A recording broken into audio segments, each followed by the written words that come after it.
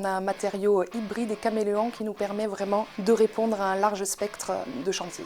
Donc vraiment, quand on pousse la porte d'architectes ou de bureaux d'études, on aura toujours quelque chose à leur raconter. Ça, c'est un produit, il est top.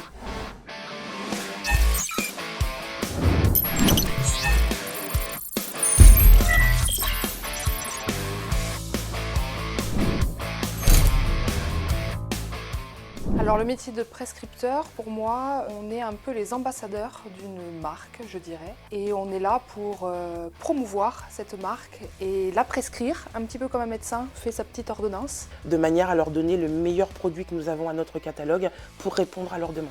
C'est un travail de longue haleine qui demande beaucoup de persévérance, qui demande beaucoup aussi d'intelligence parce qu'il y a différents interlocuteurs et il faut pouvoir adapter son discours à ces différents interlocuteurs.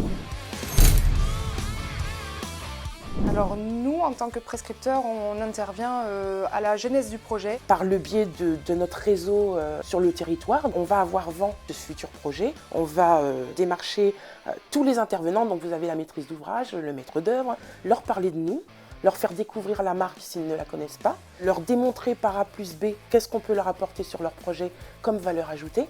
On n'aura pas le même discours avec l'économiste que le bureau d'études. L'économiste, on va plus parler enveloppe budgétaire. Avec le bureau d'études, on sera plus sur de la structure, qu'il soit structure d'ailleurs le bureau d'études ou thermique. Parce que nous, notre activité, ça va être de promouvoir notre solution constructive au sein de ce projet.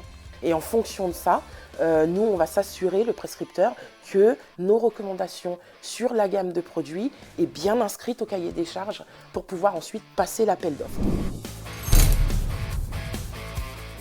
On a un métier qui est plutôt technique, au sein duquel on doit se former un petit peu au quotidien, parce qu'il y a plein de choses qui évoluent, que ce soit dans les réglementations, dans les typologies de matériaux, etc.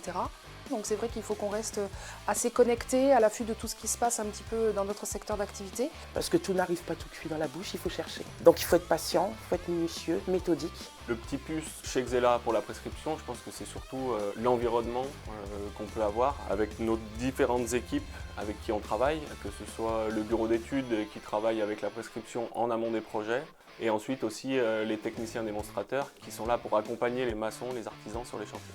Donc c'est un ensemble. Le prescripteur ne travaille pas seul, il a une équipe derrière lui. Si j'ai pas de documentation, je ne peux pas aller démarcher un maître d'ouvrage. Si j'ai pas d'analyse technique sur la capacité à mon produit à répondre à la RE 2020, je ne peux pas aller voir un bureau d'études thermiques parce que je ne saurais pas quoi lui dire.